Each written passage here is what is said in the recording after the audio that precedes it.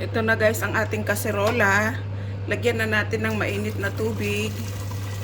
Ayan guys. At lagyan natin ng konting olive oil. Ayan guys. At ilagay na natin ang ating spaghetti. Ayan. At isabay na natin ang ating pasta guys.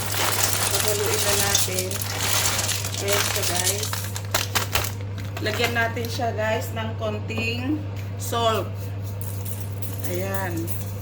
Rock salt yung nilagay ko guys. Haluin natin.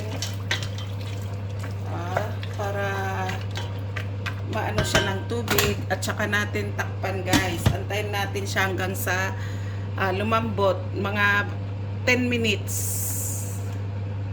Check na natin ang ating pasta guys.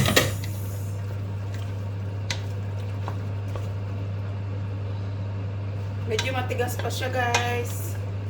Tutuin pa natin ng konti. Tapan muna natin ulit siya guys. Check na natin guys.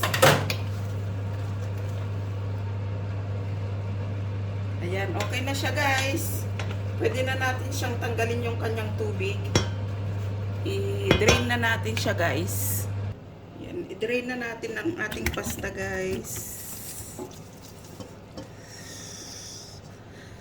Pasta at spaghetti pinaghalo guys.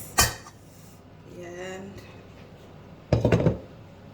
Hayaan lang natin siya dyan guys para ma-drain siya.